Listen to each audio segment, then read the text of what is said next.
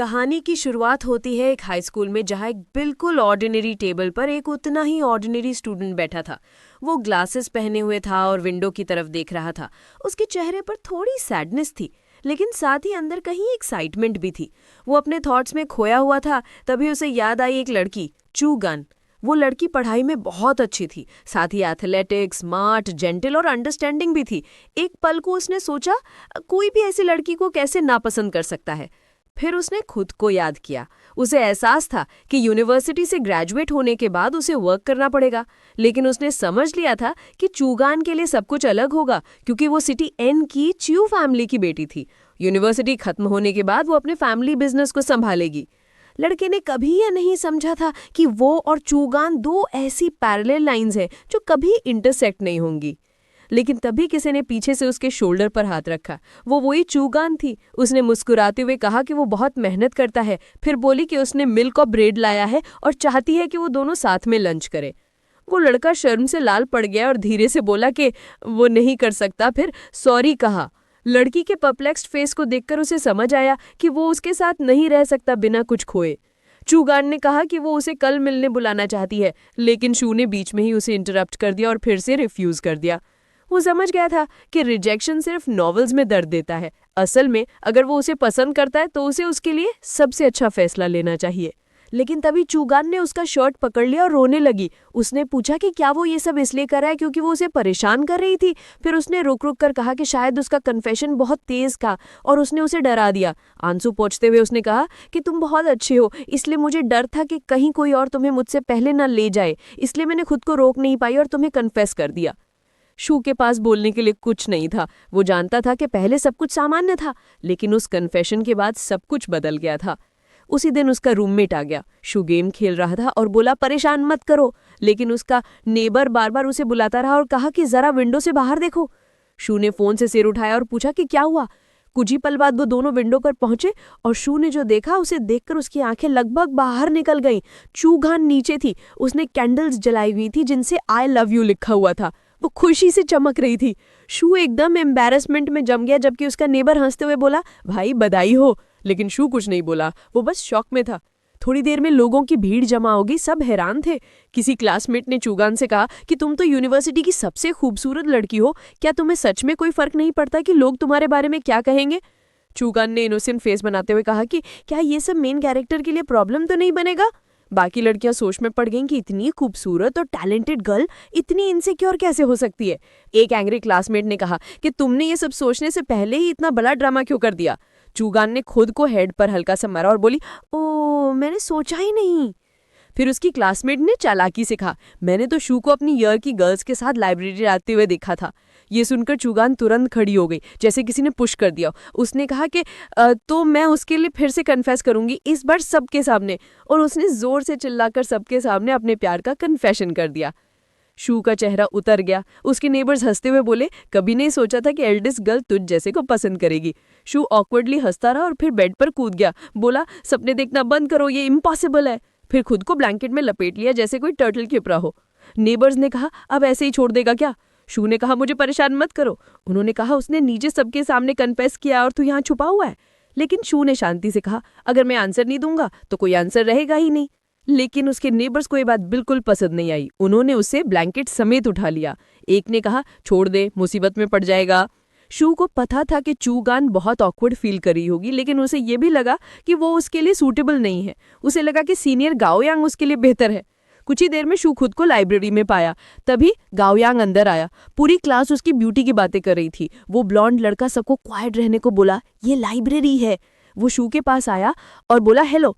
शू खड़ा होने वाला था कि गाओयांग बोला रिलैक्स, मैं बस चूगान की बात करने आया हूँ।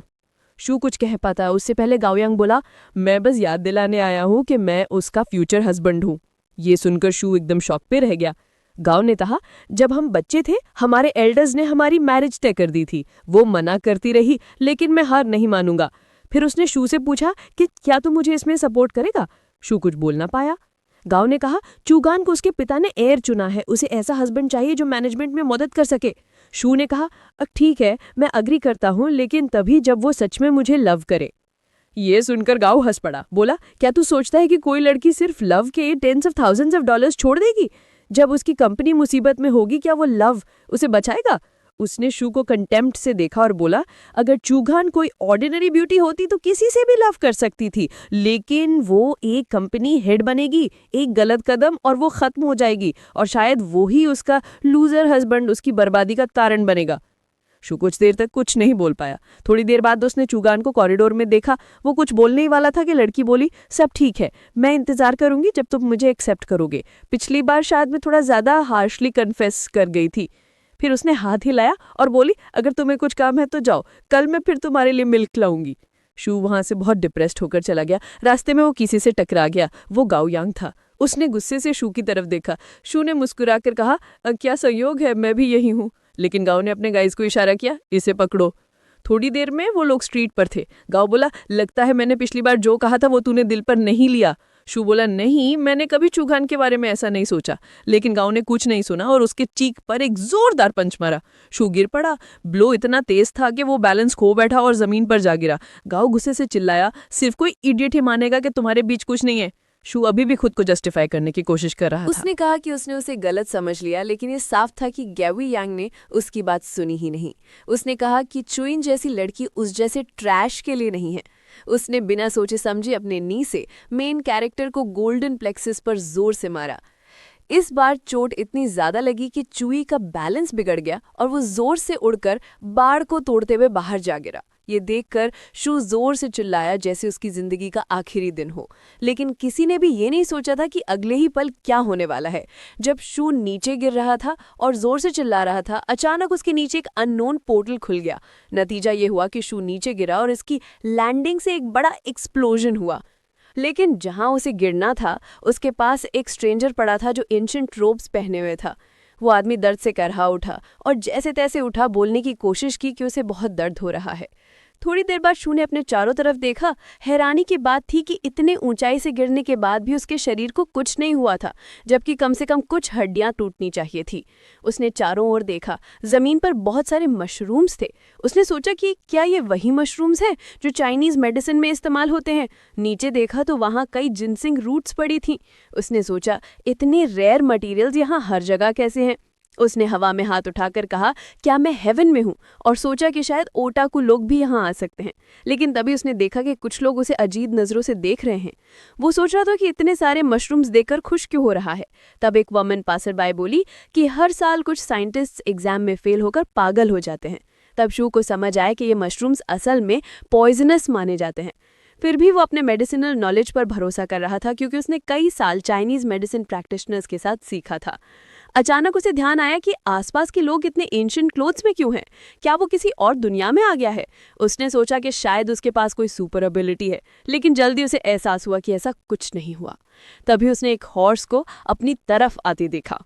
वो घायल थी और उसकी पीठ पर एक रेड हेड गर्ल थी। लेकिन हीरो के लिए ज्यादा डर की बात ये थी कि वो घोड़ी सीधा उसके ऊपर आ रही थी। उसने डर कर आंखें बंद कर ली, पर अचानक घोड़ी पीछे की तरफ गिर गई, जैसे मर गई हो, और वो खुद बच गया। शू ने सोचा कि शायद वो रेड हेड गर्ल कोई चाल चल रही है, लेकिन जब वो उसके पास गया तो उसने देखा कि वो वाकई बहुत खूबसूरत थी। उसने उसे पलटकर उसकी तकलीफ कम करने की कोशिश की। वो बेहोश थी पर दर्द से सिसक रही थी। शू ने उसके घावों को देखा। वो चेस्ट में घायल थी, लेकिन ज्यादा गहरी चोट नहीं थी।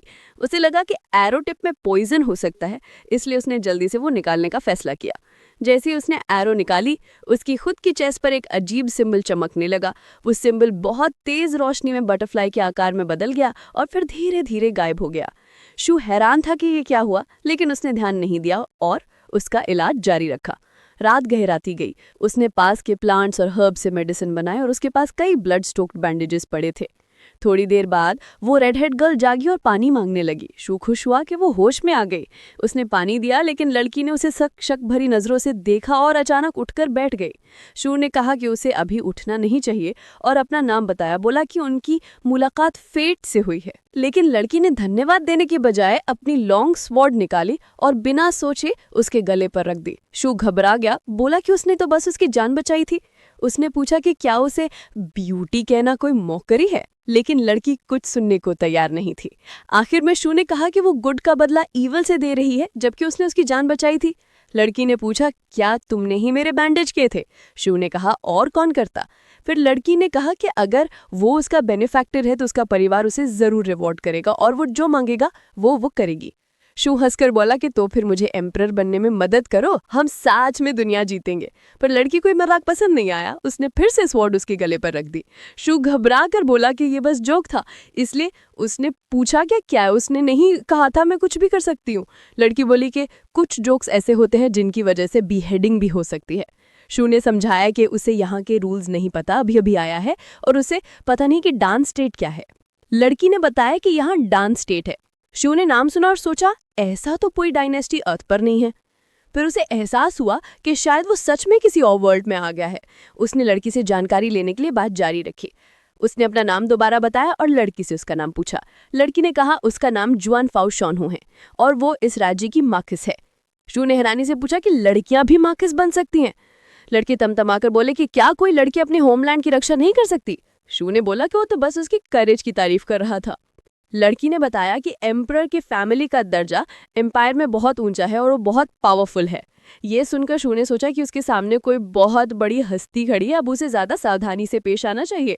तभी लड़की चिल्लाई, मेरी चेस्ट आर्मर कहाँ है? और उसने शू की कॉलर पकड़ ली। शू ने समझाया कि जब उसने उसे पाया वो घायल थी, इसलिए उसने वो आर्मर उतार दिया था। लड़की बोली कि किसने तुम्हें मेरी आर्मर उतारने की इजाजत दी? शू बोला कि तुम अनकॉन्शियस थी और बहुत क्रिटिकल कंडीशन में थी, इसलिए मुझे ऐसा करना पड़ा। लड़की गुस्से में झटके से बंधन खोलने लगी। शू कुछ समझ नहीं पा रहा था कि वो क्यों नाराज है। लड़की ने जब नीचे देखा तो पाया उसकी लेफ्ट ड्रेस पर कोई घाव नहीं था, वो पूरी तरह ठीक हो चुका था। शू डे हैरान रह गया कि वे थोड़ी देर पहले वो पूरी तरह घायल थी और अब घाव बिल्कुल गायब था। लड़की को लगा कि शू ने जानबूझकर उसे छुआ है। उसने गुस्से में अपनी स्वॉर्ड निकाली और बिना सोचे उसकी तरफ फेंक दी। फिर वो खुद भागने लगी और शू चिल्लाया, क्या तुम सच में मुझे मारना चाहती हो? शू भागता हुआ चिल्लाया, क्या तुम सच में मुझे मारना चाहती हो? वो लड़की उसके पीछे दौड़ रही थी और शू घबरा कर कहने लगा, क्या सिर्फ इसलिए मुझे मार दोगी क्योंकि मैंने तुम्हारी ब्रेस्ट को छू लिया? ये तो बिल्कुल अनरीजनेबल है। मैंने तो बस तुम्हारा इलाज करने के लिए ऐसा किया था। तभी रेड हेड गर्ल को होश आया और उसने महसूस किया कि शू सही कह रहा है। वानफू शेनन ने कहा कि वो 8 साल से आर्मी में है और इतने सालों से उसने मेन और विमेन के फर्क पर ध्यान देना ही छोड़ दिया है, इसलिए वो इस वजह से किसी को नहीं मारेगी। सांस चढ़ी हुई थी, फिर भी मेन कैरेक्टर खुद को रोक नहीं पाया और बोला कि फिर भी तुमने 3 बार मेरी जान लेने की कोशिश की। इस पर वानफू शेनन ने कहा कि पहली बार तलवार इसलिए उठाई क्योंकि जब हम पहली बार मिले तो तुमने बेवकूफ़ी की बातें की, दूसरी बार इसलिए क्योंकि तुमने बहुत घमंड से बर्ताव किया और तीसरी बार इसलिए क्योंकि तुमने मेरे बर्थ मार्क को छू लिया। शू को समझ नहीं आया कि इसमें क्या बड़ी बात थी। उसने पूछा कि इसमें फ़र्क क्या है। थोड़ा शर्माते हुए वानफू शेनन ने कहा कि उनके परिवार की लड़कियों के चेस्ट पर जो फीनिक्स बर्थमार्क होता है वो तब गायब हो जाता है जब कोई मैन उसे छू लेता है। शू को वो वक्त याद आया जब उसने एरो निकालते वक्त उसका चेस्ट छुआ था। उसने पूछा कि ये कैसा मैजिकल बर्थमार्क है और कैसे काम करता है। वानफू शेनन ने कहा कि उनके परिवार की लड़कियां हमेशा ऑनेस्ट और फेथफुल रहती हैं, इसलिए बर्थमार्क ऐसी जगह होता है जहां कोई अजनबी हाथ नहीं लगा सकता। उसने कहा कि अगर कोई इसे छू ले तो मुझे उससे मैरी करना पड़ेगा। ये सुनकर शू डर गया। क्या किसी की पूरी जिंदगी का फैसला एक बर्थमार्क तय करता है? अगर तुम्हारे परिवार का कोई छू ले तो? वो बोली कि वो तभी गिना जाता है जब कोई स्ट्रेंजर उसे छूता है, और वैसे भी हमारे परिवार में कोई सख्त नियम नहीं, बर्थमार्क पर निगरानी रखी जाती है। शू ने राहत की सांस ली, बोला चलो अच्छा हुआ, अब मैरी करने की जरूरत नहीं। वैसे तुम खूबसूरत हो, लेकिन तुम हर वक्त स्वॉर्ड निकल लेती हो और बहुत स्ट्रांग भी हो, किसी जनरल स्टूडेंट जैसी तो बिल्कुल नहीं। ये सुनकर वानफू शेनन ने पूछा कि मतलब तुम मुझे अपनी वाइफ बनाना नहीं चाहते? शू ने कहा कि शायद मुझे लगता है कि मैं तुम्हारे लायक नहीं हूँ। लड़की बोली कि अगर तुम इतना नहीं चाहते तो एक और सोल्यूशन है। फिर उसने कहा कि अगर कोई स्ट्रेंजर हमें छूता है और शादी नहीं करनी तो सिर्फ एक ही रास्ता है, उसका बीहेडिंग। हमारा परिवार अपनी बेटी को नुकसान नहीं पहुंचाएगा तो उस आदमी को मार दिया जाएगा। शू ने बिना ध्यान दिए हंसकर कहा, हाँ ये भी अच्छा आइडिया है। लेकिन अगले ही पल उसे समझ आया कि उनका परिवार अपनी बेटी को नहीं मारेगा पर उस बेचारे को जरूर मार देगा। वानफू शेनन की आंखों में हल्की उदासी थी। उसने कहा, मैं तुम्हारा ये वर्चू अगले जन्म में चुकाऊंगी। शू घबरा कर बोला, रुको, मैंने तो अभी तुम्हारी जान बचाई है, तुमने तो मेरा एहसान भी नहीं चुकाया। लड़की बोली, इसी काइंडनेस की वजह से मैं तुम्हें मौका दे रही हूँ, वरना कोई और होता तो मैं उसका फिंगर्स भी खा जाती। ये सुनकर शू घबरा गया और जमीन पर घुटनों के बल बैठ गया। बोला, ठीक है चलो मैरिज की बात करते हैं, और उसे वाइफ कह दिया। ये सुनकर वानफू शेनन गुस्से से लाल हो गई। उसने गर्दन से पकड़ लिया और बोली, मुझे ऐसे मत बुलाओ, बस मेरा नाम लो। थोड़ा ब्लश करते हुए बोली कि पहले के ज़माने में हमारी लड़कियां किसी अननोन पर्सन से शादी कर सकती थी, लेकिन अब हालात बदल गए हैं, तुम्हें हमारे परिवार में शामिल होना होगा। शू को कुछ समझ नहीं आया, लेकिन उसने सोचा कि अगर मैं ऐसे परिवार में रहूं जहां सब कुछ मुझे मिल जाए तो बुरा क्या है। फिर खुद ही बोला, लेकिन ये तो एंशिएंट टाइम है, कोई भी आदमी जो खुद में काबिल है वो सन इन लॉ बनकर किसी और के घर नहीं जाएगा, ये तो शर्म की बात मानी जाती है। थोड़ा शांत होकर शू ने पूछा कि अगर मैं तुम्हारा हस्बैंड नहीं बनना चाहूं तो क्या तुम मुझे मार दोगी? कुछ पल के लिए दोनों के बीच ऑकवर्ड साइलेंस छा गया। शू बेचैन हो गया। फिर वॉन फू शैनन ने ठंडे स्वर में कहा, हाँ, अगर तुमने मना किया तो मैं तुम्हें नुकसान पहुंचाऊंगी। अब शू को समझ आया कि उसके पास कोई चॉइस नहीं है। निराश होकर उसने कहा, ठीक है, मैं खुश हूं कि तुम मेरी वाइफ हो, चाहे मुझे तुम्हारे परिवार में ही शामिल क्यों ना होना पड़े। लड़की बोली कि अगर सब कुछ नॉर्मल होता तो मैं तुम्हें मार देती, लेकिन चूंकि तुमने मेरी जान बचाई और मुझसे बेग किया, इसलिए मैं सिर्फ तुमसे मैरी कर रही हूँ। फिर गंभीर होकर बोली कि अब से तुम मेरी हस्बैंड हो, जब तक तुम मेरे परिवार पर भरोसा रखोगे दुनिया में कोई तुम्हें छू नहीं सकेगा। थोड़ी देर बाद वॉन फू शैनन ने कुछ फूल देखे और उनकी ब्यूटी देखकर मुस्कुराई। इसे देखकर शू ने सोचा कि इस लड़की का भी गर्ल हार्ट है, वरना ये इतनी क्यूट क्यों लग रही है। तभी शू ने घोड़ों की ट्रैम्पलिंग साउंड सुनी। कई नाइट्स उनके पास आ रहे थे। थोड़ी देर में एक बड़ी आर्मी डिवीजन उनके सामने रुकी। एक नाइट ने वॉन फू शैनन को देखा और हैरान रह गया, मास्टर आप यहाँ? सारे सोल्जर्स नीचे उतरकर उसे ग्रीट करने लगे। शू डरा हुआ था, लेकिन लड़की बोली, जनरल इतनी पोलाइट मत बनो। जनरल बोला, सच है, आसमान ने हमें मौका दिया, हम पर जनबे और हान फू आर्मी ने हमला किया था। लड़की बोली, चिंता मत करो, मैं अब सेफ हूँ। फिर उसने कहा, मेरे फियांसी को थैंक यू कहो, उसने ही मेरी जान बचाई, वरना मैं अब तक कॉप्स बन गई होती। ये सुनते ही पूरी आर्मी शॉक्ड हो गई। लड़की ने फिर कहा, हाँ, मेरा फियांसे शू यही मेरे साथ है। शू ने मुस्कुराते हुए सबको हेलो कहा और अपना नाम बताया। वो बहुत फ्रेंडली था। उसने सबको हाथ हिलाकर ग्रीट किया। सब सोल्जर्स ने एक साथ सिर झुकाकर कहा, मास्टर की जान बचाने के लिए धन्यवाद। सुबह होने लगी। एक सोल्जर शू के पास आया और बोला, मेरा नाम वान है, बताओ तुमने हमारी वॉन फू शैनन को कैसे जीत लिया? शू ने बिना सोचे कहा, मेरे कैरेक्टर और स्ट्रेंथ की वजह से। पर सोल्जर ने कहा कि अगर तुम घोड़ा तक नहीं चला सकते तो तुम्हारी स्ट्रेंथ और कैरेक्टर का क्या फायदा?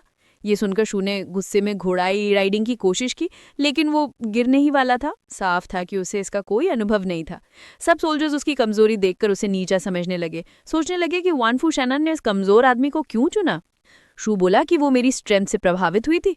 सोल्जर ने शक से पूछा, सच में? उसकी मार्शल आर्ट्स तो इस दुनिया में टॉप 3 में गिनी जाती है। शू अब समझ गया कि मामला कितना गंभीर है। अब उसे एहसास हुआ कि वॉन फू शैनन का परिवार कितना शक्तिशाली है। फिर सोल्जर झुककर बोला, तो क्या तुम मुझे कम समझते हो? क्यों ना एक बैटल कर ले? उसने आत्मविश्वास से अपनी स्वॉर्ड निकाली और शू पूरी तरह पैनिक में आ गया। तभी अचानक वॉन फू शैनन ने बीच में आकर कहा, तुम्हारा शक सही है, इस इंसान ने मेरे 3 बार झेले हैं। ये सुनकर सोल्जर को यकीन ही नहीं हुआ और उसने तुरंत माफी मांग ली। शू अभी भी सोच में था, उसने ऐसा क्यों कहा? क्या वो सच में चाहती है कि मैं उसका हस्बैंड बनूं? जब वो दोनों सिटी के पास पहुंचे तो रूमर्स फैल गए। लोग कहने लगे कि वो वही कैरेज है जिसमें वॉन फू शैनन का फियांसे बैठा है। कुछ लोग बोले, ऐसा नहीं हो सकता, कोई मास्टर इतनी शर्मनाक शादी कैसे कर सकती है? वो आदमी तो घोड़ा तक नहीं चला सकता और गाड़ी में छुपा है। दूसरे बोले, कहीं वो क्राउन प्रिंस से मैरिज कॉन्ट्रैक्ट में तो नहीं है। ये सुनकर शू सोचने लगा कि क्या मुझे सच में घोड़ा चलाना सीखना चाहिए? तभी उसकी वाइफ बोली, तुम बाद में घोड़ा राइडिंग सीख सकते हो और उसे ये सोचने की जरूरत नहीं कि लोग क्या कहते हैं। उसी समय ईस्टर्न पैलेस में कोई अपने सर्वेंट्स पर चिल्ला रहा था। वो बहुत गुस्से में था क्योंकि उसके लोग उस आदमी के बारे में कोई जानकारी नहीं निकाल पाए थे। सर्वेंट ने कहा कि मारेट्स बहुत अच्छी तरह से प्रोटेक्टेड है, इसीलिए कोई भी उसके हस्बैंड से मिल नहीं सका। लेकिन प्रिंस को कोई फर्क नहीं पड़ा। उसने आदेश दिया कि किसी भी हाल में उस मेन कैरेक्टर के बारे में सब कुछ पता लगाओ। दूसरी ओर शू आखिरकार अपनी फ्यूचर वाइफ के घर पहुंचा और उसकी शानो शौकत देखकर हैरान रह गया। जान फू सैनान ने अपना हैंकरचीफ उसकी ओर फेंका और कहा कि वो कुछ समय के लिए बिजी रहेगी, तब तक हैनी उसे उसके चेम्बर्स तक ले जाएगी। जब मारिट्स अपने हॉर्स पर निकल गई तो गार्ड ने पूछा कि क्या वो हमेशा इतनी बिजी रहती है। गार्ड ने बताया कि इस बार जो हमला हुआ था वो शायद उसके अपने ही लोगों का काम था, और जब वो सेंट से मिलने के लिए पैलेस गई थी उसके बाद उसे मिलिट्री कैंप में जाकर एक मामले की जांच करनी थी। शो ये सुनकर चौंक गया और पूछा कि कोई लड़की अपने ही लोगों के हमले का शिकार कैसे हो सकती है। गार्ड ने कहा कि उनके परिवार की फैमिली ट्री बहुत पुरानी और जटिल है, इसीलिए उसे इंतजार करना चाहिए जब तक वो खुद उसे ये सब न बताए। थोड़ी देर बाद हैनी ने सब सर्वेंट्स को इकट्ठा किया और घोषणा की कि अब शू मारिट्स का हस्बैंड है और सबको उसकी इज्जत करनी होगी तथा उसके आदेशों का पालन करना होगा। शू इतने बड़े नंबर ऑफ सर्वेंट्स देखकर दंग रह गया। रात हो चुकी थी जब मेड्स ने बताया कि शू अंदर जा सकता है और कहा कि वो अपने क्लोथ्स उतार दे। शू खुश हुआ कि अब आखिरकार वो अकेला रहेगा, लेकिन तभी उसे दिन भर की घटनाएं याद आने लगी। जैसे ही हैनी वहां से गई, सर्वेंट्स ने उसे थोड़ी हॉस्टिलिटी से देखा, लेकिन उसने इस पर ज्यादा ध्यान नहीं दिया। तभी एक लड़की कमरे में आई। उसने रिवीलिंग कपड़े पहने थे और धीरे धीरे उसके पास आई। उसने कहा कि वो उसकी सेवा करने आई है। शू का चेहरा लाल पड़ गया और उसे महसूस हुआ कि कुछ गड़बड़ है। लड़की ने अपने कपड़े खुद ही उतारने शुरू कर दिए और कहा कि वो जानती है कि वो पूरे दिन थका हुआ होगा, इसीलिए वो उसके शोल्डर्स को रब करेगी। शू बहुत शर्मिंदा हुआ और लड़की से कहा कि थोड़ा डिसेंटली बिहेव करे, और उसने फ्यूडल एटिकेट के बारे में भी बात की। लेकिन लड़की उसे सुनने के मूड में नहीं थी। वो बाथरूम में चली गई और बोली कि उसे यकीन नहीं हो रहा कि यहाँ इतना क्लीन है। अकीदा नाम की मेड मुस्कुराई, क्योंकि उसने पहले से ही कोई प्लान बना रखा था। शू ने शर्म से पीछे मुड़कर कहा कि वो उसे रेजिस्ट करे। लड़की को समझ नहीं आया कि वो इतना डर क्यों रहा है, क्योंकि यहाँ और कोई नहीं है। शू ने कहा कि वो एक एजुकेटेड व्यक्ति है और इस तरह की चीजें नहीं करता। तभी अचानक लड़की ने चीख मार दी और रोते हुए बोली कि चू उसे रेप करने जा रहा है। शू खुद शॉक में रह गया। बहुत से लोग वहां पहुंचे और सब ने बाथरूम में घुसकर ये दृश्य देखा। सबके मुंह खुले रह गए। किसी ने सोचा भी नहीं था कि मेन कैरेक्टर ऐसा कुछ करेगा। सब लोग उस पर चिल्लाने लगे और बोले कि उसने बहुत बड़ा पाप किया है। किसी ने चीफ से पूछा कि अब उसके साथ क्या करना है, तो बूढ़े आदमी ने कहा उसे वुडन शेड में बंद करो और मारेट्स के आने पर वही तय करेगी कि क्या करना है। शो को तभी एहसास हुआ कि उसे फंसा दिया गया है। उसे वही चिल्लाती हुई लड़की का चेहरा याद आने लगा। थोड़ी देर बाद उसे एक खलियान में फेंक दिया गया, जैसे किसी बोड़े को फेंक देते हैं। उसे कहा गया कि अब वही रहो और कोई सवाल मत पूछो। दरवाजा बंद कर दिया गया। मुश्किल से उठते हुए शू गुस्से में बोला कि उन्होंने सच में उसे फंसा दिया है। चारों ओर देखकर जब उसे कुछ नहीं देखा, तो उसने सोचा कि क्या उसे यहाँ हमेशा के लिए बंद कर देंगे। उसने आयरन रॉड पकड़ी और बाहर झांकने की कोशिश की, लेकिन जब उसने बाहर गार्ड्स को देखा तो समझ गया कि भागना बेकार है। उसने सोचा कि अगर उसे पता होता कि ऐसा होगा तो वो कभी सन इन लॉ न बनता। कुछ देर बाद उसने घास के ढेर पर बैठकर कहा कि अब तो बस यही मरना बचा है। लेकिन तभी कुछ अजीब हुआ। उसकी सेल के अंदर एक तेज रोशनी फैलने लगी। गार्ड सो रहे थे, इसीलिए किसी ने ध्यान नहीं दिया। एक गार्ड थोड़ी देर के लिए उठा और पूछा कि क्या तुमने कुछ सुना, लेकिन दूसरे ने कहा नहीं, और दोनों फिर सो गए। उसी वक्त आसमान में भी एक तेज लाइट दिखी। कुछ तेजी से नीचे गिर रहा था, सीधा किसी स्टेडियम की तरफ। एक क्लीनर वही काम कर रहा था, म्यूजिक सुनते हुए सफाई कर रहा था। अचानक उसके पास कुछ गिरा और वो डर गया। उसने मुड़कर बुशेस में देखा तो वहां एक आदमी पड़ा था, वही शू जो सो रहा था। क्लीनर को समझ नहीं आया कि कोई स्टूडेंट क्लास के टाइम पे यहाँ कैसे सो सकता है। उसने उसे उठाने की कोशिश की और कहा, ये सोने की जगह नहीं है, उठो। शू को कुछ समझ नहीं आ रहा था। धीरे धीरे उसने आंखें खोली और देखा कि सामने वही अंकल थी जो उसके स्कूल में जैनिटर थे। उसने पूछा, क्या आप भी दूसरी दुनिया में आ गए? आदमी ने हैरानी से कहा, क्या बकवास कर रहे हो? शू ने चारों ओर देखा, वही पुराना स्कूल था। आदमी बड़बड़ाने लगा कि आजकल के बच्चे पढ़ाई छोड़कर अजीब अजीब बातें सोचते हैं। उसने सिर पर हाथ मारा। शू को तब एहसास हुआ कि शायद ये सब एक ड्रीम था। उसने पूछा कि वो यहाँ कब से सो रहा था, तो आदमी ने कहा कि उसने अभी अभी उसे पाया है। फिर उसने पूछा कि उसकी पॉकेट में क्या है। थोड़ी देर बाद शू अपनी डॉर्मेट्री में था। उसके दोस्त पूछ रहे थे कि क्या तुम्हारा और चूजन का रिलेशनशिप किसी नए लेवल तक पहुंच गया है। शू कुछ नहीं बोला, बस कहा कि वो बहुत थका हुआ है और अब सोना चाहता है। दोस्तों ने सोचा कि चुप रहने का मतलब है कि वो सच में उसके साथ रात बिताकर आया है। शू ने कंबल ओढ़ते हुए कहा कि उसे सोना है और जो कहना है जल्दी कह दो। दोस्त उसे कंग करना छोड़कर चले गए, लेकिन मनी मन उससे जेलस भी थे। शू लेटे लेटे सोचने लगा कि क्या वो दूसरी दुनिया वाली कहानी सच थी। अगर सच थी तो इसको मतलब वो कई बार लाइफ एंड डेथ के बीच से गुजरा था। उसने सोचा कि अगर ये सब सच था तो वही मार्क उसकी कहानी की सच्चाई का सबूत था। अब वो और नहीं सोच सकता। उसने फोन उठाया और सोचा कि चूजिन अभी क्या कर रही होगी। उसने तय कर लिया कि अब वो डर नहीं सकता। उसने कॉल किया। वो अपना नाम बताने वाला था कि तभी लड़की की तरफ से रोने की आवाज आई। लड़की रोते हुए बोली कि उसके दादा की तबीयत बहुत खराब है। शू तुरंत बिस्तर से उठकर पूछा कि क्या हुआ। लड़की ने कहा कि उसके दादा हमेशा बीमार रहते थे और कल रात उन्हें आईसीयू में एडमिट कर लिया गया है। शू ने पूछा कि वो कौन से हॉस्पिटल में है ताकि वो वहां जा सके। लड़की ने शुक्रिया कहा और बोली कि यही उसकी काइंडनेस है जो उसे पसंद थी। लेकिन उसने कहा कि अभी उसे सब कुछ भूल जाना चाहिए, क्योंकि उसका भाई बहुत सेंसिटिव है। उसने कहा कि फिलहाल उसे भूल जाओ, क्योंकि परिवार को देखकर उसका दिल टूट जाएगा। चूवान की आंखों में आंसू थे क्योंकि वो जानती थी कि वो बहुत सेंसिटिव है। उसने कहा कि अपने फैमिली को देखना उसके लिए बहुत हार्ड होगा और उसने उसे धन्यवाद दिया। शू को समझ में आ गया कि वो जानती थी कि उसके अंदर इतना करेज नहीं है कि वो उसके फैमिली का सामना कर सके और उसकी सिस्टर उसे उससे ज्यादा अच्छे से समझती थी जितना उसने सोचा था। उसी समय फोन के थ्रू उसने सुना कि कोई बोल रहा था कि आर्टिफिशियली ग्रोन वुमन उस आदमी के लिए सही नहीं है और ये साफ था कि वो लोग उसके ग्रैंडफादर के बारे में बात कर रहे थे। एक दूसरी औरत जो चूजिन जैसी दिखती थी बोली कि उन्हें नेचुरली ग्रोन जिनसेंग चाहिए और उसका एम्प्लॉई एक हफ्ते में उसे ढूंढ ले। शू ने ये सुनते ही उस जिनसेंग की तरफ देखा जो उसे दूसरे वर्ल्ड से मिलने पर मिला था। उसे समझ आया कि शायद वही चूजन की प्रॉब्लम का सल्यूशन है। उसी समय लड़की ने दुखी होकर कहा कि वो अपने ग्रैंडफादर का ध्यान रखेगी और अपने ब्रदर के ब्रेव बनने का इंतजार करेगी। शू ने बीच में ही कॉन्वर्सेशन काटते हुए पूछा कि क्या वो लोग फ्रेशली हार्वेस्टेड जिनसेंग की बात कर रहे हैं। बिना सोचे उसने कहा कि उसके पास है और वो एक हफ्ते से ज्यादा पुराना नहीं है।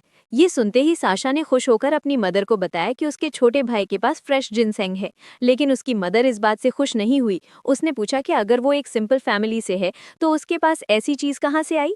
मदन ने यह भी कहा कि शायद वो लड़का बस अटेंशन पाने के लिए ऐसा बोल रहा है। शू ने पहले ये ऐसा रिएक्शन एक्सपेक्ट किया था, इसलिए उसे कोई शौक नहीं लगा। इसी वजह से वो हमेशा चूजिन के फैमिली से दूर रहने की कोशिश करता था। चूजिन ने शर्मिंदा होकर कहा कि उसकी मदर उसे नहीं जानती, वो बहुत सेंसिटिव है, लेकिन अगर उसने कुछ कह दिया तो वो जरूर करता है। उसने ये भी बोल्डली कहा कि वो अपने बॉयफ्रेंड से फ्यूचर में चिल्ड्रन भी चाहती है और वो उसे कई बार कन्फेस भी कर चुकी है। उसकी मदर हैरान होकर बोली कि वो इतनी रिच गर्ल होकर भी ऐसे वर्ड्स कैसे बोल सकती है, लेकिन चूजिन ने किसी की नहीं सुनी और कहा कि वो खुद ड्राइवर को भेजेगी मेन कैरेक्टर को लेने के लिए। मदर ने मना किया और कहा कि वो किसी अननोन को अपने घर नहीं आने देगी। थोड़ी देर बाद शू स्कूल के पास पहुंचा, सांस फूल चुकी थी। उसे समझ आया कि भले उसकी सिस्टर का फैमिली उसे पसंद नहीं करता, लेकिन उसके ग्रैंडफादर की लाइफ ज्यादा इंपॉर्टेंट है, इसलिए उसे जाना ही होगा। तभी एक ड्राइवर ने पूछा क्या उसका नाम शू है और बोला कि वो उसे लेने आया है। एक ह्यूज लिमोजीन के सामने ये सुनकर लोग हैरान रह गए। कार में बैठते जर्नी हॉस्पिटल की ओर शुरू हो गई। कुछ देर साइलेंस था, फिर ड्राइवर ने बोला कि उसकी मिस्ट्रेस अक्सर उसका नाम लेती है। शू थोड़ा ब्लश कर गया। ड्राइवर ने कहा कि सर्वेंट्स भी उसकी फोटोज देख चुके हैं और मिस ईगली वेट कर रही है कि वो घर आए। शू समझ गया कि उसकी सिस्टर ने उसके लिए बहुत कुछ किया है। हॉस्पिटल पहुंचकर शू को ये देखकर शॉक लगा कि हॉस्पिटल भी उसी फैमिली का है। उसे पता था कि वो रिच है, लेकिन इतना नहीं।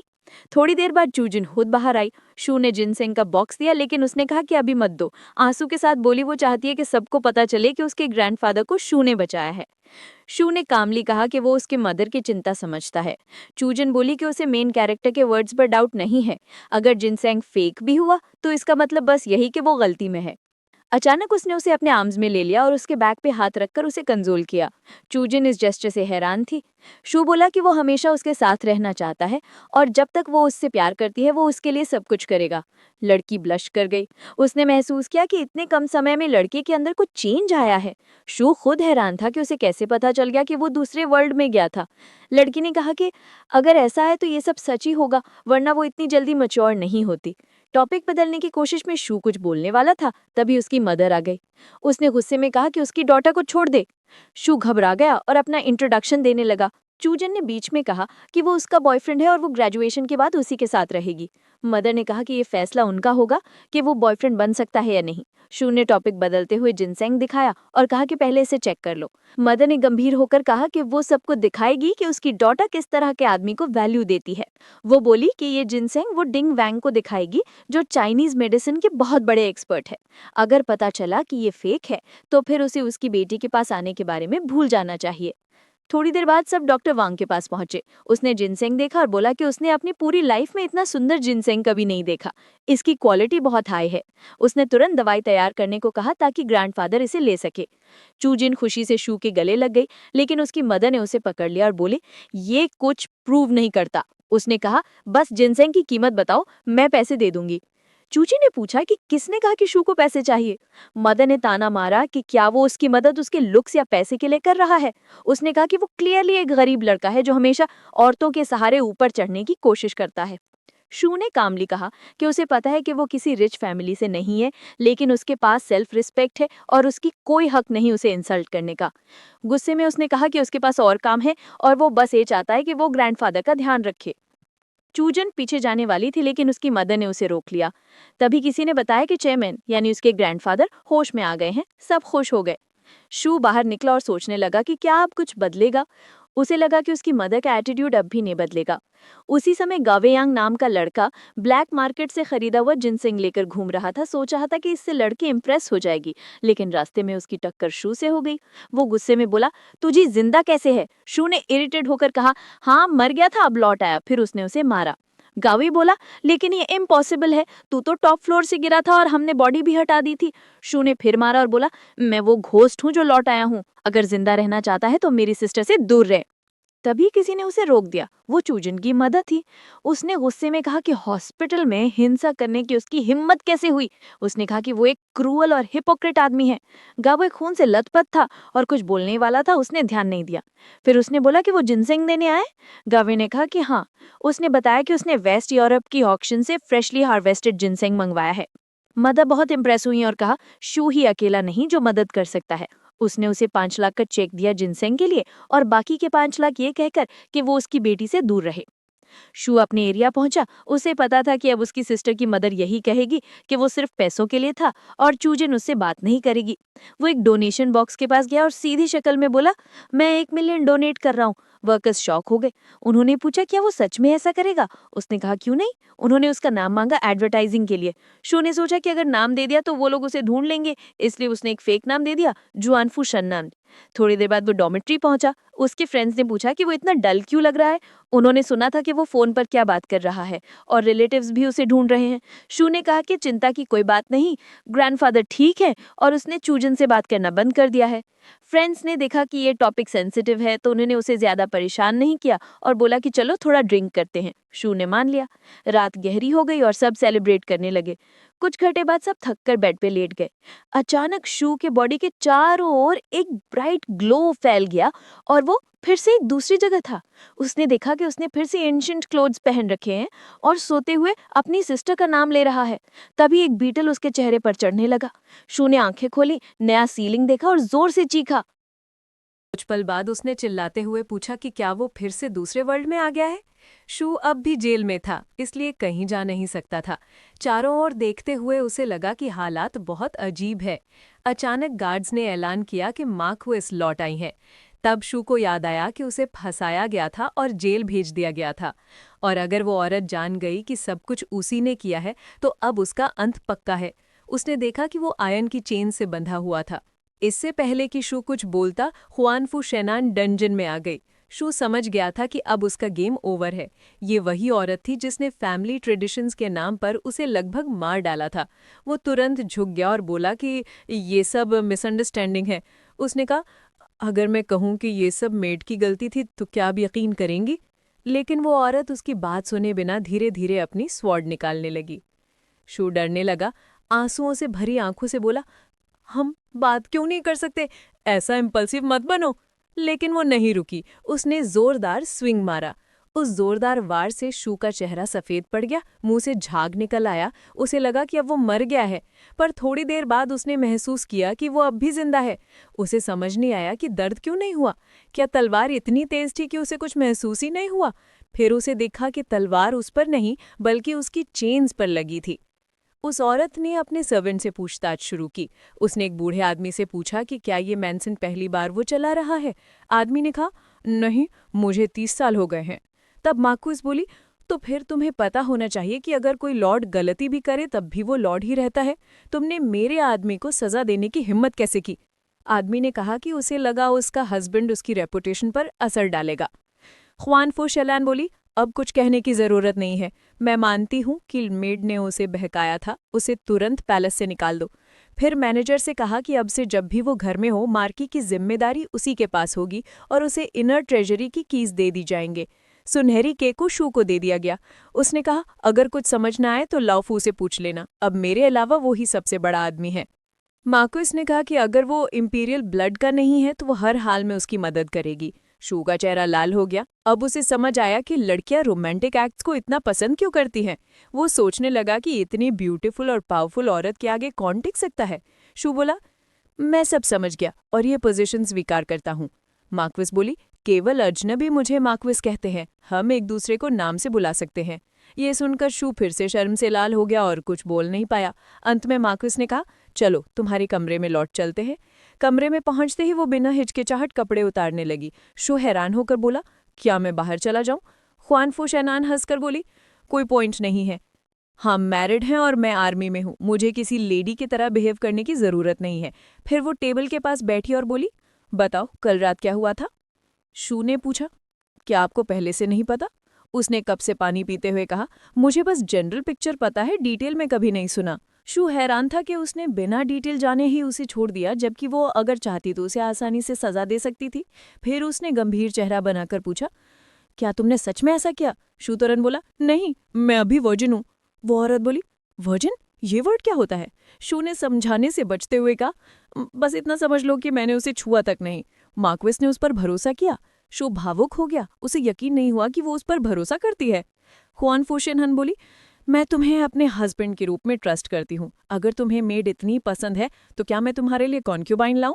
शू ऐसा सुनकर चौंक गया और हंसते हुए पूछा, क्या मैं सच में रख सकता हूँ? फिर उसने सोचा कि कॉन्क्यूबाइंस तो फ्यूडल सिस्टम की निशानी है जो लोगों को डिग्रेड करती है। मार्कस बोली, दुनिया मुझे क्रूअल कहती है, पर मैं अपनी रेपुटेशन की परवाह नहीं करती। कुछ गॉसिप्स मेरे कई 100 सालों के विरासत को हिला नहीं सकते। मैं कभी किसी कमजोर आदमी को नहीं चाहती थी। मैं ऐसा चाहती हूँ जो मेरा दिल और आत्मा बांट सके। तो बताओ, क्या तुम सच में कॉन्क्यूबाइन को मेरे बदले चुनोगे? शू का चेहरा फिर से लाल हो गया। उसने समझा कि वो सच में नोबल और इंटेलिजेंट औरत है। उसने कहा, जब तक मैं तुम्हारा हस्बैंड हूँ मैं कोई कॉन्क्यूबाइन नहीं रखूंगा। फिर वो लड़की के करीब आया और बताने लगा कि कल रात क्या हुआ था। उसकी बात सुनकर मार्क्वेस ने गुस्से में टेबल पर हाथ मारा और चिल्लाई, उन्होंने हिम्मत कैसे की मेरे घर में घुसने की? फिर उसने कहा कि वो खुद इस मामले को संभाल लेगी। तभी एक मेड आई और बोली, लिविंग रूम में कुछ मैजिकल ऑब्जेक्ट्स वाला बॉक्स पड़ा है और उसे समझ नहीं आ रहा क्या करना है। मार्क्वेस सोच में पड़ गई, जबकि शू सोचने लगा कि शायद इसका कनेक्शन उसी बियर से है जो उसके पास थी। वो औरत उसकी तरफ देखने लगी जैसे पूछ रही हो, क्या तुम इसमें शामिल हो? थोड़ी देर बाद शू अकेला रह गया उस बॉक्स के पास। उसने सोचा कि आखिर वो फिर से दूसरे वर्ल्ड में कैसे आ गया।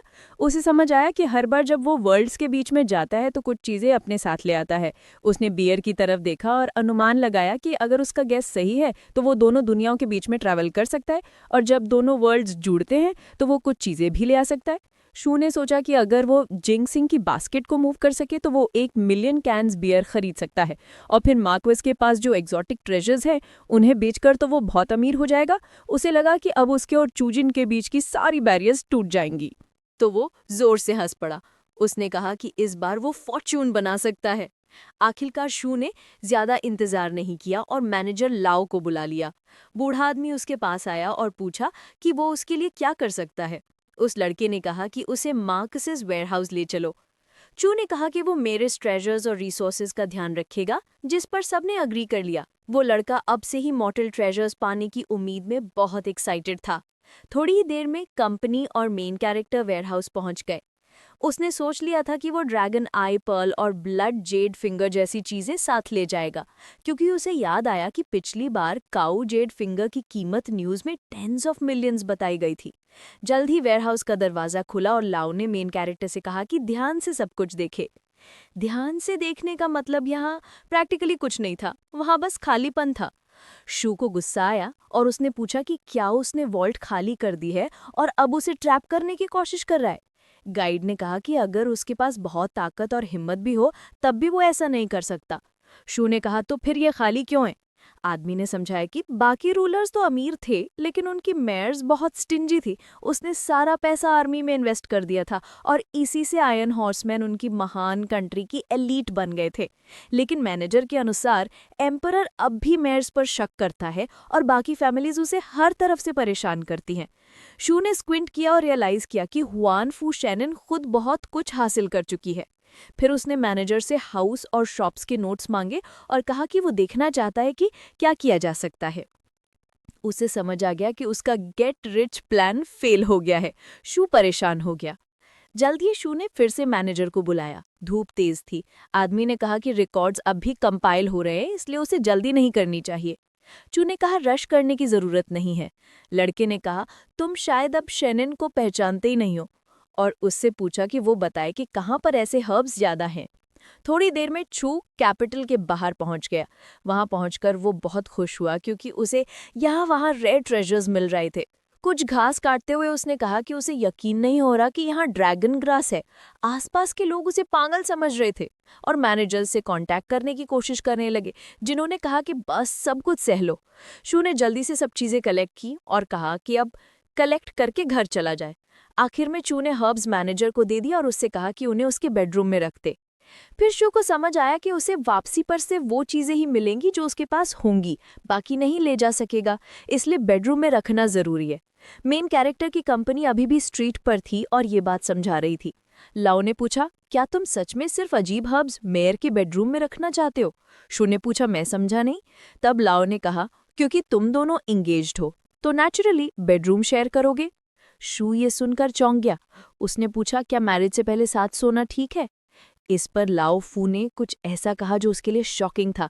उसने कहा कि नोबल्स अब शादी के नियमों को ज्यादा सीरियसली नहीं लेते, लेकिन मेयर्स बैटलफील्ड में इतनी लंबी रही है कि वो लोगों के रूल्स को अब भी मानती है। शू को रियलाइज हुआ कि इतने सालों की लोनलीनेस के बाद भी वो एक ब्यूटीफुल औरत के साथ बेड शेयर नहीं कर पाएगा। ये झूठ होगा अगर वो कहे कि वो एक्साइटेड नहीं है। फिर भी ये सब बहुत अचानक था। अचानक किसी ने शू के सर पर मारा। दरअसल वो हॉर्स था जिसने उसे स्टेप कर दिया और मेयर ने पूछा कि क्या तुम मेरे साथ एक ही रूम में रहना नहीं चाहती? फिर उसने पूछा कि क्या ये बात उसी वर्जिनिटी वाले मॉर्निंग कॉन्वर्सेशन से जुड़ी है। शू शर्माते हुए बोला कि वो बस रूड नहीं होना चाहता, आखिर वो भी आदमी है। वुमन ने कहा कि अगर ऐसा है तो फिर साथ सोने में कोई दिक्कत नहीं है।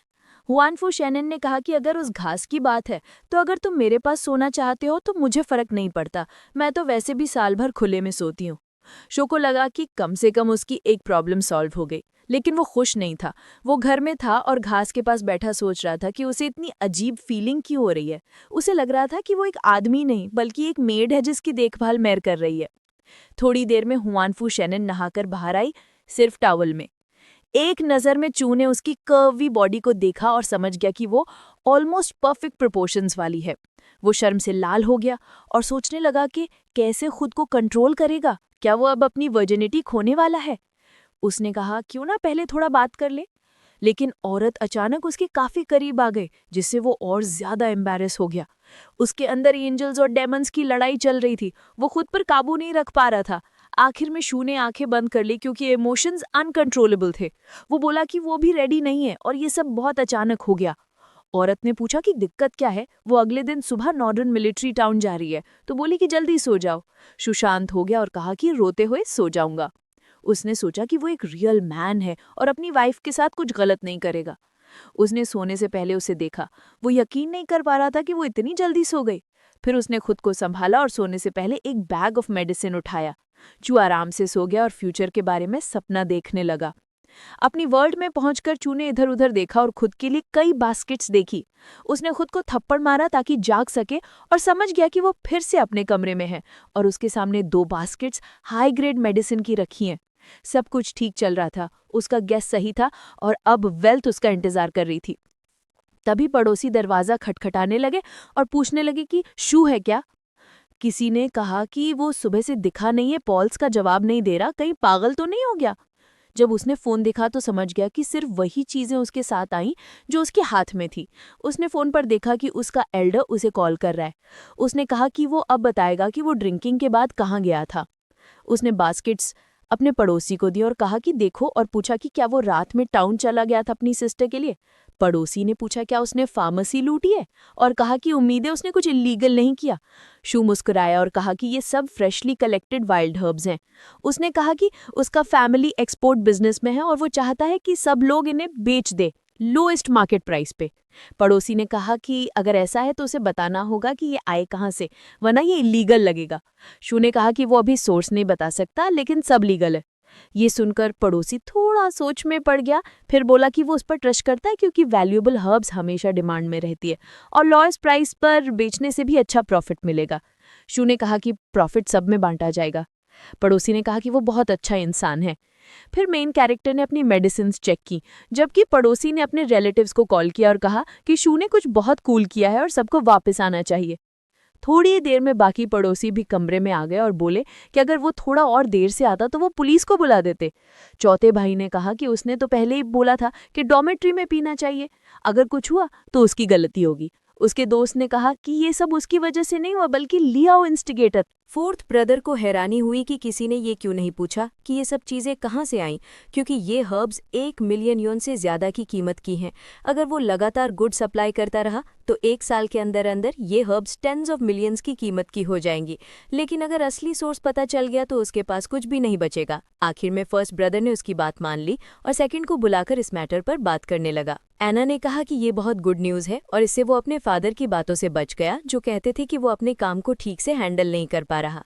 फोर्थ ब्रदर ने कहा कि जब और कोई न्यूज़ नहीं है तो वो लाइब्रेरी वापस जा रहा है और नेक्स्ट टाइम उसने उसे डॉर्मेट्री में साथ ड्रिंक करने को कहा। आखिर में शो ने उसे रुकने को कहा और बताया कि वो चाहता है कि फैन हर बिडिंग प्रोसेस को ओवरसी करे। गाय ने कहा कि उसे नहीं लगता कि वो उसे अलग कर रहा है, बल्कि उसने उसे जॉब ऑफर किया ताकि उनकी फ्रेंडशिप और मजबूत हो। शो ने कहा कि उसने उसे पूरी तरह गलत समझा। उसका हायर करना फ्रेंडशिप की वजह से नहीं है, बल्कि इसलिए कि उसे किसी की मदद चाहिए। उसने ये भी कहा कि बाकी सारे नेबर्स टू रिच फैमिलीज के बच्चे हैं और पूछा कि क्या वो बस देखता रहेगा कि वो उसे डिसीव करे। फोर्थ ब्रदर ने कहा कि वो लोग ऐसा नहीं सोचते, इसलिए वो उसे और ज्यादा देंगे और कभी चीट नहीं करेंगे। बाकी नेबर्स ने कहा कि शायद वो एक्सीलेंट स्टूडेंट है, लेकिन उसने ज्यादा बोल दिया। शो ने कहा कि उसे वाकई उनकी हेल्प चाहिए, पर उसे डर है कि आउटसाइडर सिर्फ प्रॉफिट पर ध्यान देगा। फोर्थ ब्रदर ने थोड़ा सोचा और आखिर में जॉब के लिए अग्री कर लिया। बोला कि वो आधा यौन पर मंथ सैलरी लेगा। चो को ये बात बुरी लगी और उसने कहा कि ऐसे सर्विस के लिए कम से कम 20% लिया जाता है। फिर भी उसने कंप्लेन नहीं किया और उसे हायर कर लिया। नेबर ने सबको नीचे आकर खाना खाने को कहा और बोला कि थर्ड ब्रदर के लाए हुए बिजनेस को सेलिब्रेट करना चाहिए। तभी मेन कैरेक्टर के फोन पर छूजिन का कॉल आया। लड़की ने कहा कि वो खुश है कि वो ठीक है क्योंकि उसने फाइनली फोन उठाया। गाय ने कहा हाँ वो वही है। छूजिन ने बताया कि उसे पता है कि उसकी मदर ने कल क्या किया और येमिंग ने उसे बताया कि वो मिसिंग था, जिससे वो बहुत डर गई थी और वो लकी है कि अब ठीक है। उसके बाद शुई ने पूछा कि वो उससे कहाँ मिल सकती है। उसी वक्त बाकी नेबर्स ने समझदारी से रूम छोड़ दिया क्योंकि उन्हें लगा शुई शायद लंच पर नहीं जाएगा। लड़की हैरान हुई कि शुई फिर भी उससे मिलना चाहता है और उसने महसूस किया कि वो सच में किसी ऐसी चीज से गुजरा है जिसके बारे में उसे पता नहीं है। लड़की ने पूछा कि वो उससे शादी कब कर सकता है क्योंकि तब उसे अब कोई सीक्रेट नहीं रखना होगा। शुई ने टॉपिक बदलते हुए कहा कि बस मिलते हैं और बात करते हैं। लड़की ने कहा कि वो खुद उसके पास आएगी और संयोग से उसके सारे रूममेट्स वहीं थे तो वो उनसे मिलने भी आएगी। शुई ने अपने नेबर्स की तरफ देखा जो क्लियरली उसकी कॉन्वर्सेशन सुन चुके थे और पूछा कि क्या वो सच में उससे मिलना चाहती है। लड़की ने पूछा कि क्या उसे डर है कि वो उसे डिसग्रेस करेगी। शुई ने कहा कि ऐसा बिल्कुल नहीं है, वो सिर्फ लंच पर जाना चाहता था। आखिर में लड़की ने कहा कि वो उससे जल्दी मिलेगी। जैसे ही चू ने कॉल खत्म की, उसकी नेबर्स तुरंत उस गर्ल के आने की तैयारी करने लगे। ये देखकर शू ने कहा कि इतना ड्रामेटिक होने की जरूरत नहीं है, लेकिन उल्टा सबने कहा कि शू तो उससे बहुत फेमिलियर है, वो तो रोज ऐसी ब्यूटी को देखता है, पर बाकी नहीं। बहुतों के लिए चुइन उनकी यूनिवर्सिटी की लेजेंडरी गॉडेस थी। ये सुनकर शू स्टन्ड रह गया और कुछ नहीं बोल पाया। चू ने कहा कि वो सब ज्यादा एग्जैजरेट कर रहे हैं। फिर उसने दूसरे नेबर की तरफ देखा जो बहुत काम था और तभी बात उसके ऊपर मुड़ गई। उसने एक पल भी वेस्ट न करते हुए मेन कैरेक्टर से उसका परफ्यूम मांग लिया, जिस पर शू लिटरली स्टूपर में चला गया। आखिर में उसके नेबर्स ऐसे तैयार हुए जैसे किसी डेट पर जा रहे हों, दो तो टेल कोट्स तक पहनाए। शुई ने कहा कि अब वो रेडी है और उसने डाउनस्टेयर्स रेस्टोरेंट में रिजर्वेशन भी कर लिया है। किसी ने पूछा कि क्या वो वेस्टर्न रेस्टोरेंट जाना चाहता है या फास्ट फूड खिलाना है। शुई ने कहा कि उसे कुछ भी चलेगा। बाकी लोग मजाक करने लगे कि जिवांग के पास तो टेल है। थोड़ी देर बाद सब बॉयज हॉस्टल से निकलने लगे। बहुत से लड़के जिन्होंने एक सुंदर लड़की को देखा हैरान थे कि वो यहाँ क्या कर रही है। पता चला कि चुआन अपने नेबर के साथ आई है। कई लोग सोच रहे थे कि उसने पहले ऐसे लड़के से मुलाकात क्यों की और उसे ये लूजर क्यों पसंद है। मेन कैरेक्टर के नेबर्स खुश थे कि चूजन के साथ एक और लड़की आई है और वो उसके लिए कम्पीट करने लगे। फोर्थ ब्रदर ने कहा कि वो लड़की इंग्लिश डिपार्टमेंट की ब्यूटी है और वो उनके लिए सूटेबल नहीं। बाकी लोग बोले कि शू भी उसकी सिस्टर के लिए सूटेबल नहीं और उसके पास कोई चांस नहीं। फोर्थ ब्रदर ने कहा कि उसे लगता है कि शू सच में चुआन के लिए परफेक्ट है, बस उसे खुद को प्रूव करने का एक मौका चाहिए। लड़के ने कहा कि उसकी दवा की वजह से उसके ग्रैंडफादर अब हेल्दी हैं और शू ने कहा कि उसे खुशी है कि वो हेल्प कर पाया। शू ने दूसरे गर्ल को भी ग्रीट किया और उसने कहा कि अगर चुआन के जोर देने पर ना होती तो वो कभी ऐसे स्टूपिड इंसान से नहीं मिलती।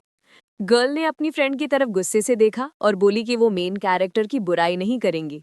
लड़के ने कहा कि जब भी उसकी बात आती है वो हमेशा उसकी तरफ से बोलती है, लेकिन शू समझ गया कि पहले वो वाकई बहुत वीक था। थोड़ी देर बाद नेबर्स मेन कैरेक्टर के पास आए। उनमें से एक ने कहा कि उन्हें इंट्रोड्यूस करवाया जाए, लेकिन एल्डेस्ट लड़की ने कहा कि इसकी कोई ज़रूरत नहीं, वो सबको पहले से जानती है। उसने सबके नाम सही सही बोल दिए। अचानक चुआन की फ्रेंड ने चियन शुओ को देखा और याद आया कि वो यूनिवर्सिटी रैंकिंग में सेकंड था। उस लड़के ने भी उसे पहचाना और समझ गया कि वो यूनिवर्सिटी में थर्ड रैंक पर है। जब किसी ने इसे फिर याद दिलाया तो वो थोड़ी एंग्री हो गई और उस लड़के की तरफ इशारा करते हुए बोली कि बहुत जल्द वो उसे पीछे छोड़ देगी। फोर्थ ब्रदर ने कहा कि इस स्पीड से तो उसे कम से कम 1 साल और लगेगा। बाकी नेबर्स ने कहा कि लड़की से इतना रूड होकर बात मत करो। आखिर में चुआन ने सबको बुलाया कि चलो अब खाना खाते हैं। उसी वक्त एक नाइट क्लब में गाओवांग नाम का आदमी अपने सबॉर्डिनेट से बात कर रहा था। वो हैंडसम था और बहुत गुस्से में दिख रहा था। उसने पूछा क्या हुआ? सबॉर्डिनेट ने बताया कि चूजिन मेन कैरेक्टर के साथ डेट पर गई है। ये सुनकर उसने गुस्से में पानी का ग्लास तोड़ दिया। उसने पूछा कि क्या उसने सच में फिर उस आदमी से मुलाकात की? दूसरे ने कहा कि पिछली बार तो रिपोर्ट आई थी कि वो गिरकर मर गया था। वो आदमी बोला कि किसी ने उसे गिरते देखा नहीं था। फिर गाओयोंग ने कहा कि हॉस्पिटल में उसकी मदर के सामने वो खुद को डिस्ग्रेस कर चुका है और ये अभी खत्म नहीं हुआ। सबॉर्डिनेट ने पूछा कि अब क्या करें? तो उसने कहा कि सबको इकट्ठा करो, हम बहुत जल्द उसे मिलने जा रहे हैं। इधर मेन कैरेक्टर और उसकी कंपनी एक छोटे रेस्टोरेंट में पहुंच गए थे। उन्हें खाना सर्व हो चुका था और सब ने खाना शुरू किया। चुएन ने मेन कैरेक्टर को खाना सर्व करते हुए कहा कि उसे नहीं पता था कि चू ने ऐसा काम किया। पुराने इवेंट्स पर बात करते हुए एक नेबर ने पूछा कि और क्या वो उसके बारे में जानना चाहती है, क्योंकि वो सब बता देगा। दूसरे नेबर ने मजाक में पूछा कि क्या उसके पास कोई फ्री फ्रेंड्स हैं जिससे वो मिल सके। लड़की ने तुरंत कहा कि वो अपने क्लासमेट्स के कॉन्टैक्ट्स भेज देगी ताकि वो खुद उनसे बात कर ले। नेबर ने कहा कि प्रोटैगनिस्ट की गर्लफ्रेंड बहुत काइंड है, अगर उसने हर्ट किया तो वो उसे छोड़ेंगे नहीं। शू फेई ने कहा कि वो थैंकफुल है कि उसने उसे पसंद किया। चुआन ने मुस्कुराते हुए कहा कि उसे भगवान का शुक्रिया अदा करना चाहिए कि वो उससे मिली। बाकी ने बस हंसने लगे और बोले कि बस करो अब। तभी किसी ने मेन कैरेक्टर को बुलाया। वो एक बूढ़ा आदमी था जो उस पर उंगली उठाकर बोला कि यही वो है जिसने मुझे धोखा दिया। उसके पीछे एक और आदमी खड़ा था जिसने पूछा कि क्या वो पक्का है? शू ने उस आदमी को देखा लेकिन कुछ समझ नहीं पा रहा क्योंकि वो उसे पहली बार देख रहा था। ओल्ड मैन ने बताया कि वो पहाड़ों से जिनसिंग जैसी जड़ी बूटियां निकालकर बेचने जा रहा था ताकि अपनी बीवी का इलाज कर सके। उसने कहा कि वो उसे 1 लाख में बेचना चाहता था, लेकिन शू ने झूठ बोला कि वो खरीदने आया है और पैसे लेकर भाग गया। उसके पीछे दौड़ा मगर पकड़ नहीं पाया। उस बूढ़े ने कहा कि उसकी वाइफ के पास डॉक्टर के पास जाने के पैसे नहीं थे और वो कल मर गए। ये सुनकर पासरबाइज को सिंपैथी हुई, लेकिन जो आदमी उसके पीछे खड़ा था वो मुस्कुरा रहा था। साफ था कि ये कोई प्लान है। अब लोगों ने मेन कैरेक्टर की कंपनी की बुराई शुरू कर दी। कई लोग बोले कि वो पहले अच्छा इंसान था पर अब लालची बन गया है। किसी ने कहा कि शू ने ये सब रिच चुआन के ग्रैंडफादर के लिए किया। शू अब और नहीं सह सका और बोला कि तुम मुझे स्लैंडर कर सकते हो लेकिन मेरी गर्लफ्रेंड के बारे में कुछ भी गलत नहीं कह सकते। अब बहुत से लोग उसे कंडेम करने लगे और बोले कि क्या उसे मर्सी का मतलब नहीं पता, लेकिन उसके नेबर्स उसके सपोर्ट में खड़े हो गए। उन्होंने पूछा कि क्या तुम सबने अपनी आंखों से देखा है कि उसने इस बूढ़े से कुछ चुराया है? अगर नहीं तो सिर्फ उसके बातों पर ऐसे रूमर्स फैलाना ठीक है? उन्होंने कहा कि अगर ये बात झूठ निकली तो जिम्मेदारी कौन लेगा? एक नेबर ने कहा कि उसके पास इस कार्ड में 1 लाख हैं और शू से इतने अच्छे रिलेशन हैं कि वो उसे पैसे दे सकता है। उसे किसी बूढ़े से चोरी करने की जरूरत नहीं। फोर्थ ब्रदर बूढ़े के पास गया और बोला कि जगह का डिटेल बताओ ताकि हम सीसीटीवी फुटेज चेक कर सकें। तभी पीछे खड़ा आदमी आगे आया और बोला, तुम्हें शर्म नहीं आती, एक वर्कर को लूट लिया? जू ने पूछा कि अगर ऐसा हुआ तो वो पुलिस के पास क्यों नहीं गया? स्टूडेंट काउंसिल के सदस्य रेनान ने कहा कि ग्रैंडफादर ने यूनिवर्सिटी की बदनामी नहीं चाही, इसलिए वो खुद यहाँ आया है। अब क्राउड पूरी तरह बूढ़े के पक्ष में थी। बूढ़ा बोला कि वो एक सिंपल वर्कर है और सिटी के लोगों के सामने कुछ नहीं कर सकता। शू ने कहा कि उसने कभी उसे देखा तक नहीं तो यह ड्रामा क्यों कर रहा है। स्टूडेंट ने पूछा कि उसे जिनसेंग कहाँ से मिला। उसने कहा कि सब जानते हैं कि शू किस फैमिली से है, वो इतनी कीमती चीज कैसे ला सकता है, और अगर वो पास के माउंटेन पर भी गया होता तो उसे एक दिन से ज्यादा लगता। शू समझ गया कि वो असली सोर्स नहीं बता सकता क्योंकि उसके पास वो मिलियन भी नहीं है जिससे कह सके कि उसने खरीदा है। वो चुप हो गया। चू ने फिर पूछा कि वो पुलिस के पास क्यों नहीं जाते। स्टूडेंट ने कहा कि एविडेंस की कमी के कारण वो अपनी गलती नहीं मान रहा और अब यूनिवर्सिटी की रेपुटेशन को गिरा रहा है। आखिर में क्राउड पूरी तरह बूढ़े के तरफ हो गई। तभी किसी ने जोर से कहा कि उसे नहीं लगा था कि उनकी यूनिवर्सिटी के स्टूडेंट्स ऐसा कर सकते हैं। वो था स्टूडेंट काउंसिल का प्रेसिडेंट गाओ यांगरैंग। लोगों ने उसका सपोर्ट किया और कहा कि ऐसे स्टूडेंट्स को यूनिवर्सिटी में जगह नहीं मिलनी चाहिए। उसने ओल्ड मैन को काट दिया और बोला कि इसमें 1 लाख युआन है, इसे हमारी अपॉलॉजी समझो। ओल्ड मैन बोला कि पैसे से उसकी वाइफ वापस नहीं आएगी, लेकिन उसे खुशी है कि ऐसा अच्छा स्टूडेंट है। फिर गाओ यंग ने मेन कैरेक्टर की तरफ देखा और पूछा कि तुमने ऐसा क्यों किया। किसी ने बोला कि उसकी बात सुनने का कोई फायदा नहीं, अरेस्ट करो। गाओ यंग ने कहा कि वो शूफे को पसंद करता है और उस पर भरोसा करता है कि वो दोषी नहीं है, लेकिन क्राउड अब भी ओल्ड मैन को सपोर्ट कर रही थी। सब ने मेन कैरेक्टर की गर्लफ्रेंड को ब्लेम किया। गाओ यंग ने प्रोटैगनिस्ट के शोल्डर पर हाथ रखा और बोला, मैंने कहा था तुम चुएन जिन के लिए शेम बनोगे। उसी वक्त चुएन उसके पास खड़ी थी, उसके चेहरे पर सैडनेस थी। फिर अचानक स्टूडेंट्स ने देखा कि डीन वहां दौड़ते हुए आ रहा है। वो पसीने में था और बूढ़े का हाथ पकड़कर बोला, मैं फैकल्टी का डीन हूँ, चिंता मत करो, मैंने तुम्हारे पेरेंट्स से कांटेक्ट किया है और उसे सख्त सजा दी जाएगी। शू गुस्से से भर गया और बोला, इतनी जल्दी डिसीजन कैसे ले लिया। डीन ने कहा कि क्योंकि वो तुम्हारे डिपार्टमेंट का हेड है। तभी शू का फोन बजा। उसने उठाया और उसके मदर ने कहा कि अभी अभी उसे यूनिवर्सिटी से कॉल आया है। उसने बताया कि वो और उसके फादर वहां जा रहे थे। शू ने कहा कि उसका इससे कोई लेना देना नहीं है। उसी समय ओल्ड मैन ने जानबूझकर फोन में चिल्लाना शुरू किया कि शू ने अपनी वाइफ को मार दिया है। शू ने अपनी मदर को समझाया कि वो सब मिसअंडरस्टैंडिंग है और सब ठीक है। तभी अचानक चुआन ने मेन कैरेक्टर का फोन छीन लिया। उसने कहा, हेलो, मेरा नाम चुआन है और मैं मेन कैरेक्टर की गर्लफ्रेंड हूँ, साथ ही कंपनी की AYS यानी कि असिस्टेंट एग्जीक्यूटिव सेक्रेटरी। शू को इस तरह की बात की बिल्कुल उम्मीद नहीं थी और वो बस शर्म से उसे देखता रह गया। चुआन ने कहा कि ये सब यूनिवर्सिटी की गलती थी और बस एक मिसअंडरस्टैंडिंग है, शू के साथ सब ठीक रहेगा। फिर चुआन ने कहा कि ऐसी फॉल्स एक्यूजेशन की चिंता मत करो। ओल्ड मैन ने कहा कि भले ही वो कंपनी की हेरिस है, लेकिन वो इस तरह किसी को बुली नहीं कर सकती। उसी वक्त दीन ने मेन कैरेक्टर से पूछा कि उसे शर्म नहीं आती अपनी गर्लफ्रेंड का इस्तेमाल करने में, और कहा कि बस अपनी गलती मानो और छोड़ दो। गाओ योंग ने कहा कि चुआन कभी भी अपने फैमिली की बदनामी नहीं करेगी। इसका मतलब ये हुआ कि गलती शू की है, उसने ही थेफ्ट की है। इस पर चुआन गुस्से में चिल्लाई, सब चुप रहो। उसने समझाया कि जब तक वो इन्वेस्टिगेशन पूरी नहीं करती, जो भी मेन कैरेक्टर पर झूठ बोलेगा उसे जिम्मेदार ठहराया जाएगा। चुआन ने कहा कि उसके फैमिली के लॉयर्स इस मामले को अंत तक परस्यू करेंगे। उसने अपने पाम्स पर 2 बार क्लैप किया, जैसे किसी को सिग्नल दिया हो। अचानक एक आदमी आया, सुंदर टेल कोटर मुस्टैश में।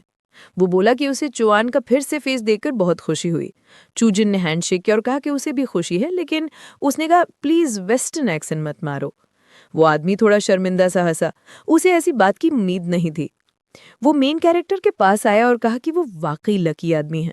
फिर चुआन ने सब कुछ उन्हीं को सौंप दिया। उस आदमी ने खुद को एक लॉ फर्म के लीडर के रूप में इंट्रोड्यूस किया और कहा कि वो इस केस को हैंडल करेगा और मेन कैरेक्टर को प्रोटेक्ट करेगा। पासर्स बाई ने जब उसे देखा तो यकीन नहीं हुआ। ये वही कंपनी थी जो सिर्फ कंसल्टिंग के लिए $100,000 चार्ज करती थी। सब समझ गए कि ये वही फर्म है जो पहले सिर्फ अरिस्टोक्रेसी को सर्व करती थी। सबको यकीन हो गया कि चुआन सच में कह रहे है। प्रोटैगनिस्ट के नेबर्स बोले कि वो लोग ऐसे लोगों को हायर करते हैं जिनकी fees hundreds of thousands per hour होती है, फिर उसका बॉयफ्रेंड 1 लाख युआन वो चीज छुरा कैसे सकता है। गांव का प्लान पूरी तरह फेल हो गया और वो गुस्से से भर गया। तभी लॉयर ने ओल्ड मैन के सामने बैठकर कहा, बताओ मेरे क्लाइंट ने आखिर क्या चुराया। उसका रिकॉर्ड कहता है कि उसके पास कोई पार्टनर नहीं है, कोई स्थायी जॉब नहीं है और इतनी महंगी जिंसैंग लेने का कोई तरीका नहीं। वो झुंझलाकर बोला, क्या तुम अपनी बातों की जिम्मेदारी लोगे। सबको लगा ये एक होक्स है, लेकिन फॉरेन लॉयर इतना स्ट्रांगली बोल रहा था कि ऑर्डिनरी वर्कर जवाब देने में हिचक गया। वो लॉयर अपनी केन आगे बढ़ाते हुए बोला, अगर तुम इन सवालों का जवाब नहीं दे पाए तो हमें तुम्हारे खिलाफ miss information and fraud activities के लिए कोर्ट जाना पड़ेगा। ओल्ड मैन बोला कि उसे कुछ पता नहीं और क्राउड को इमोशनल करने की कोशिश की, लेकिन तभी पुलिस ऑफिसर्स वहां आ गए। उन्होंने कहा कि वो स्टूडेंट्स को ब्लैकमेल करने आए हैं और ओल्ड मैन को उनके साथ चलना होगा। ओल्ड मैन घबराकर स्टूडेंट काउंसिल प्रेसिडेंट से हेल्प मांगने लगा। नेबर्स इस पर हंस पड़े क्योंकि ये साफ था कि वो मेन कैरेक्टर को फंसाने की कोशिश कर रहा है। काउंसिल मेंबर ने तुरंत पल्ला झाड़ लिया और इन्वॉल्वमेंट से इनकार कर दिया। सबको समझ आ गया कि वो बस जेलसी में ऐसा कर रहा है। वो बोला, तुम उसकी बात मत मानो, वो तो ओल्ड मैन को जानता भी नहीं। और फिर मेन कैरेक्टर से पूछा, बताओ जिनसैंग तुम्हें कहाँ से मिला? तभी चुआन गाओयोंग के पास आकर पूछा, क्या तुम सच में चाहते हो कि तुम्हारे लोग ऐसे ही डिस्ग्रेस हो? उसने गुस्से से कहा, क्या मुझे आगे इन्वेस्टिगेशन करनी चाहिए? क्या तुमने ही इस लड़के को ऐसा करने को कहा था? काउंसिल प्रेसिडेंट ने अपने मेंबर को चुप रहने को कहा। फिर चुआन ने पूछा कि वो इस पूरे मैटर के बारे में क्या सोचता है। वो बोला, ये तो बस एक मिसअंडरस्टैंडिंग है, मेन कैरेक्टर को अनफेयरली अक्यूज किया गया है। पुलिसमैन ने कहा कि उनके इंस्ट्रक्शंस उन्हें मिले हैं, इसलिए दोनों को यानी कि गाओ और ओल्ड मैन को पुलिस स्टेशन चलना होगा। जो लोग ब्लैकमेल के शिकार हुए थे उन्हें भी स्टेटमेंट देने के लिए बुलाया गया। लॉयर ने रिस्पेक्टफुली बाव किया और कहा कि वो भी उनके साथ जाएगा। चूजन ने मेन कैरेक्टर का हाथ पकड़ा और लॉयर को थैंक कहा। नेबर्स भी उनके पीछे चल पड़े। बाकी लोगों ने मजाक किया कि तुम उन पर नजर रख रहे हो, तो उसने कहा, क्या तुम सच में नहीं देखना चाहते कि शू और चूजन एक दूसरे को कैसे लव करते हैं? शाम होने लगी। चुआन और शू पार्क में थे। शू ने ही कुछ कहना चाहा पर चुआन ने उसे रोका और आंसू भरी आंखों से माफी मांग ली। शू ने पूछा, क्यों माफी? वो बोली, मुझे अपनी मदर के लिए चेंज होना पड़ा। मुझे नहीं पता था कि वो आपको ऐसी बातें कहेंगी, लेकिन मैं जानती हूँ कि मैं तुम्हें कभी छोड़ नहीं सकती। फिर लड़की ने बताया कि वो और गाओयोंग सिर्फ फैमिली रीजन से एंगेज्ड है, उसे वो बिल्कुल पसंद नहीं। चुआन ने कहा, मुझे पूरा यकीन है कि इस बार उसी ने तुम्हें फंसाया, लेकिन गलती मेरी थी कि जिसने ये सब होने दिया।